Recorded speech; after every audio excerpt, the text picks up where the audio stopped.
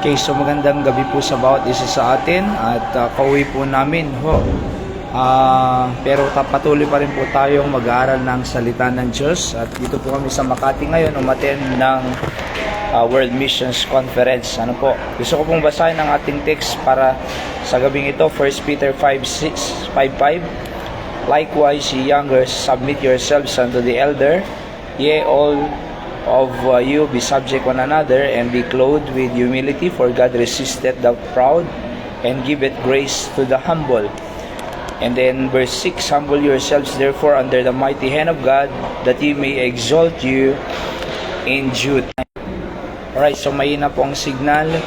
Again, sabi ng Bible, God resisted the proud, but giveth grace unto the humble. And sabi rin po ng Bible, humble yourselves under the mighty hand of God.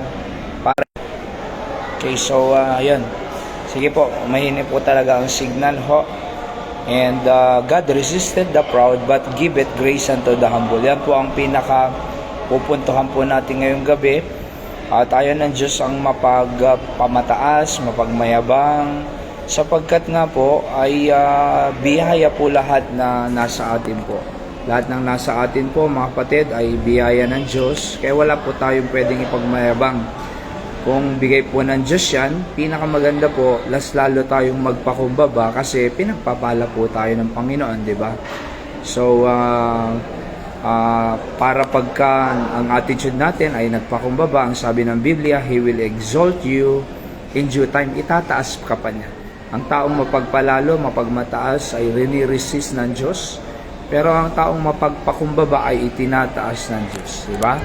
So, ang mundo po ay sa tuwing nakukuha po sila ng secular knowledge, sa secular education, sa secular school, ay mas lalong nagmamalaki po sila at nagmamayabang, di ba? So, nakatapos lang, nagkaroon ng masteral at doctoral, ay talagang hindi na kinikilala ang mga hindi nagtapos. Kaya nga ang respeto sa labas ay nakadepende po kung ano ang educational attainment mo. Pagka-engineer ka, doctor ka, kung ano man, ay talagang sir, ma'am, doc, ganito. Pero pag nalaman nilang wala kang tinapos sa labas, ay liliit-liitin po nila. Yan po ang secular education. Ang edukasyon po ay nagmamalaki. Alright?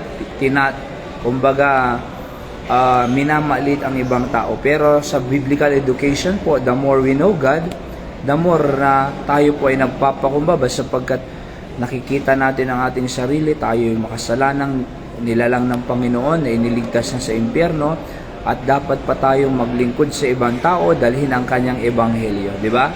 So, pag tayo po ay nagpakumbaba, kapatid, lalo itataas ka ng Diyos. Pero ang taong mapagpalalo at mapagmataas, binabagsak po ng Panginoon. Kaya, ayan po,